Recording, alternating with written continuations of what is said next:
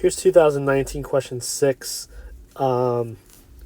This is a miscellaneous problem. There's really no context to this.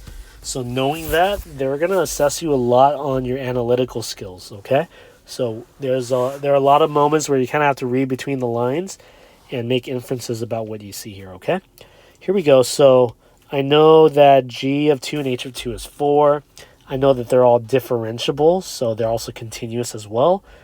Then they introduce this line.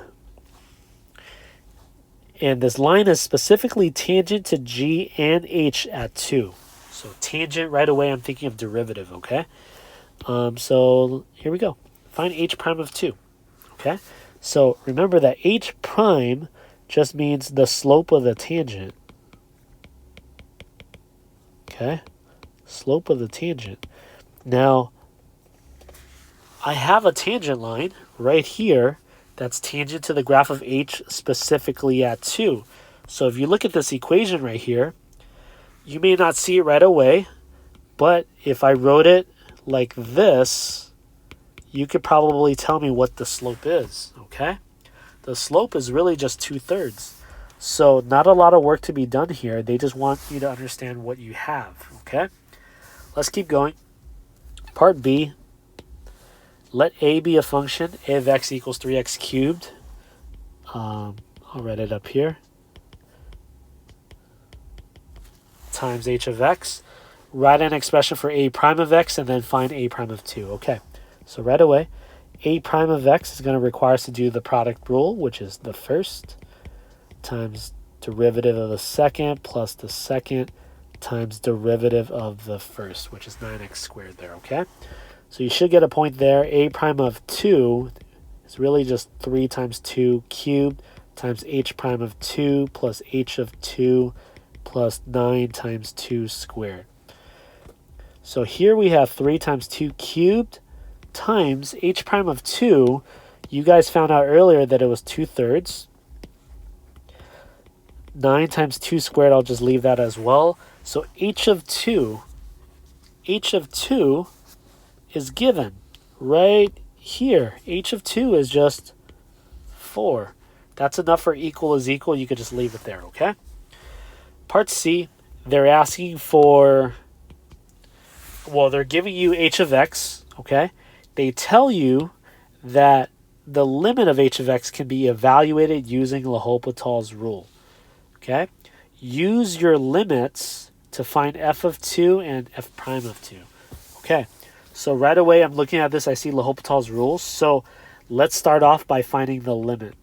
The limit of x squared minus 4 all over 1 minus f of x cubed. Okay, now here's the thing. This right here is h of 2, okay? The reason why I know that, okay, is because I know that the limit has to come out to the defined function because it stated that the function was differentiable, which implies that it is also continuous, okay? So I know that these two statements are equal here, okay? Here we go. So if I plug in 2 right away, I'm going to have 2 squared minus 4 all over 1 minus f of 2 cubed. Okay? 2 squared minus 4 is 0, but here's the issue. I don't know what f of 2 is, right? But they told us that we can use L'Hopital's rule. And if you guys look back, the only way you could use L'Hopital's rule is if you show what, right? You have to show that it's indeterminate, which is pretty much 0 over 0 for most cases. So I know that the bottom here comes out to 0. So can I use any reasoning here to figure out what f of 2 is, right? So what should f of 2 be? So 1 minus something will equal 0. So I know right away f of 2 has to equal, sorry, not 0, 1. Okay? That's the only way to get the bottom to be 0. So we figured out this one here. How do we figure out what f prime of 2 is, right? Okay, so we know L'Hopital's rule works, so let's show it. This is the limit as x approaches 2 of the derivative, which is 2x, over the derivative of the bottom here. Derivative of 1 is just 0. So the derivative of negative f of x cubed is going to involve a chain rule. So it's going to be negative derivative of the outside of the same inside times derivative of that inside.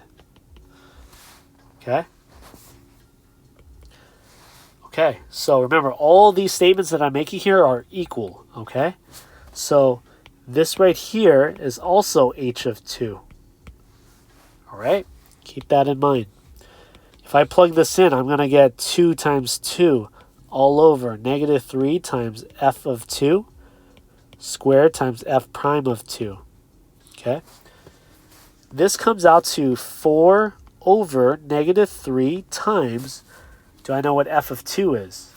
We did from the last part, so f of 2 is 1 squared times f prime of 2. How do I figure out what f prime of 2 is, right? So remember, all of these statements that I've made are all equal. They're all equal statements, written very differently. But don't I know something about h prime of 2? Sorry, h of 2. If you go back to the very beginning, they told us that h of 2 is what? Right? It's 4. So I know that this whole quantity here has to equal 4. So let me clean this up a bit. 4 over negative 3 times f prime of 2 will equal 4. Okay? Doesn't matter how you solve this one. I like to solve by observation when it's simple enough. But I'll show you analytically as well. So by observation, if you know your answer comes out to 4 and your numerator is 4, that implies that the bottom comes out to 1. So that implies that f prime of 2 has to be negative 1/3. Okay? Now that's by observation. If you weren't a fan of that, let me show you the other way here, okay? So we have 4 over negative 3 f prime of 2 equals 4. I'm going to cross multiply here.